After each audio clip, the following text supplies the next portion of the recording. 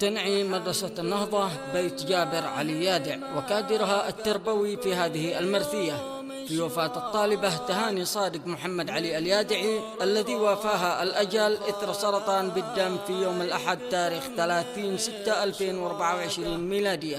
نسأل من الله أن يتغمدها بواسع رحمته.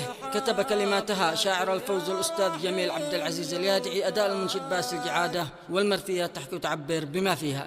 الحمد لله ما قد كل يوم اشراق من نور رب الخلائق تم اشراقه. يا الله عبدك بحبلك يا رحيم يوثاق، ارأف بحاله قاد الأشجان شواق.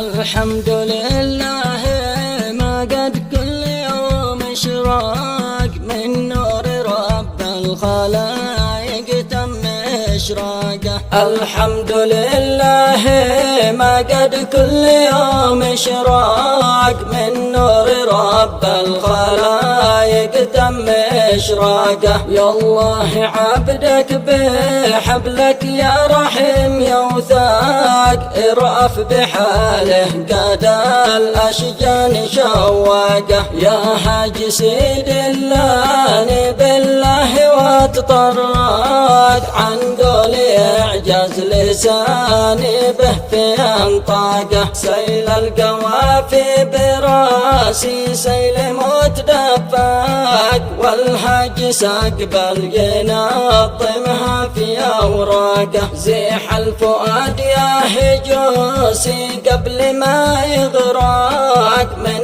بحر الاوجاع زيحه قبل اغراقه. جانين بايج على الأحشاء تتمزق عن موت لا عندنا رب السما ساقه. قالوا تهاني قد توفت بأمر الحق، بالموت ذيله جموع النسعة تتلاقاه.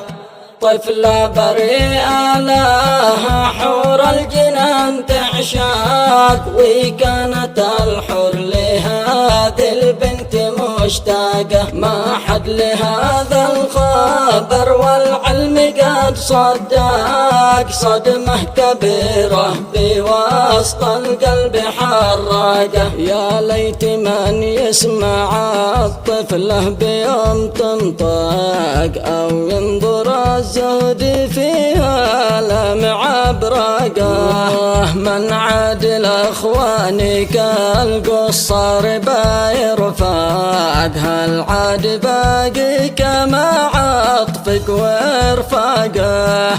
بعض المواجع إذا اشتدت تكاد تخنق، من شدة الحزن ذي قلب الحزين ذاقه.